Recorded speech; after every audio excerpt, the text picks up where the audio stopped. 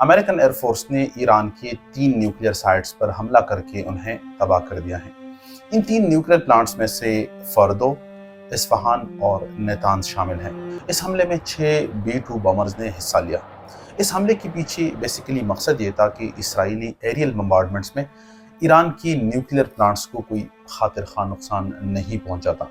खास करके ईरान के फर्दो का न्यूक्लियर प्लांट, जो कि ज़ेर ज़मीन तकरीबन 500 मीटर्स डीप है, और इसराइल के पास करंटली ऐसी कोई टेक्नोलॉजी नहीं है कि वो इतना डीप जाकर अपने टारगेट्स को हिट कर सके।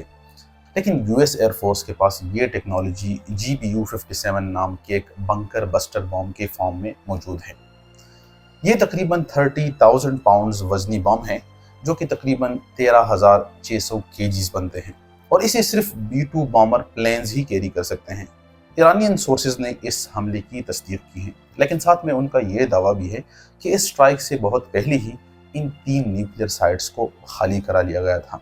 इस हमले के साथ ही अमेरिका की इस जंग में ऑफिशियल एंट्री हो चुकी है। अब देखना यह है कि ईरान इस हमले को किस तरह रिस्पॉन्ड करता है, क्योंकि ईरानियन सोर्सेज के मुताबिक इस हमले के बाद यूएस का हर सिटीजन और यूएस का हर फौजी ईरान का लेजिटिमेट टारगेट है। ईरान के पास अब मेनली 3 ऑप्शंस हैं। पहला तो ये हो सकता है कि ईरान इस हमले को डाउन प्ले करके एक छोटी सी जवाबी कार्रवाई करे। दूसरा ऑप्शन ये है कि वो स्ट्रेट ऑफ हुर्मुज का नेवल ब्लॉकेट करे, क्योंकि ये पतली सी समंदरी राहदारी तकरीबन 25 to 30% ऑयल ट्रेड और 1/3 ऑफ नेचुरल गैस की सप्लाई के लिए रिस्पॉन्सिबल हैं, और इसकी ब्लॉकेट से पूरी दुनिया की ऑयल सप्लाई पर बहुत बड़ा असर पड़ेगा।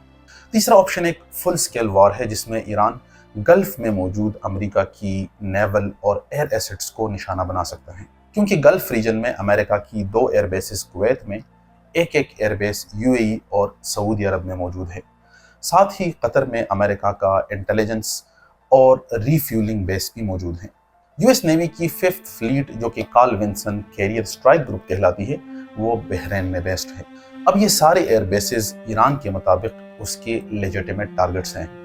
अब गल्फ में अमेरिकन एसेट्स पर हमला करना एक फुल फ्लेजेड वॉर कंसिडर होगा, लेकिन ईरान को अब इंटरनेशनल और डोमेस्टिक प्रेशर के नतीजे में ये इंतहाई कदम उठाना पड़ेगा। इसके अलावा ईरानियन गवर्नमेंट के पास इसके अलावा कोई ऑप्शन नहीं है। अमेरिका की ईरान पर इस अटैक से एक बात वाज़ेह हो जाती है कि इंटरनेशनल लेवल पे माइट इज़ राइट का कानून चलता है। अगर आप मिलिटरीली और इकोनॉमिकली पावरफुल हैं, तो दुनिया का कोई कानून, कोई भी इंटरनेशनल लॉ, कोई भी यूनाइटेड नेशंस आपको रोक नहीं सकती, और आप अमेरिका की तरह जहां भी चाहें और जिस मुल्क में भी चाहें दंदनाते हुए घुस सकते हैं, और आप हज़ारों और इवन लाखों आदमियों का कत्लेआम कर सकते हैं, और कोई भी आलमी अदालती इंसाफ, कोई भी इंटरनेशनल कानून आप पे लागू नहीं होगा। इसलिए इंटरनेशनल रिलेशंस में कहते हैं कि deterrence is costly but wars are costlier. इसका मतलब ये है कि अगर आप किसी जंगी सूरत हाल में हैं और आप जंगी जहाज़ बना रहे हैं, या कोई सबमरीन्स डिप्लॉय कर रहे हैं, या कोई और मिलिट्री एसेट्स बना रहे हैं, तो हाँ, ये एक महंगी एक्टिविटी बिल्कुल है। इससे आपकी जीडीपी पे भी असर पड़ेगा, इससे आपकी रोज़मर्रा के उमूर पे भी असर पड़ेगा।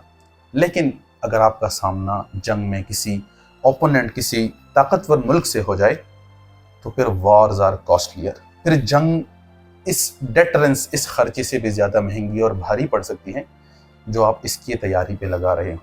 इसलिए आपको हर हाल में माइट इज़ राइट की इस दुनिया में हर दम तैयार रहना पड़ेगा। और ये बात इसराइल ईरान की जंग, रशिया यूक्रेन की जंग, और इवन पाकिस्तान और इंडिया की जंग में भी बिल्कुल वाज़ेह हो चुकी है।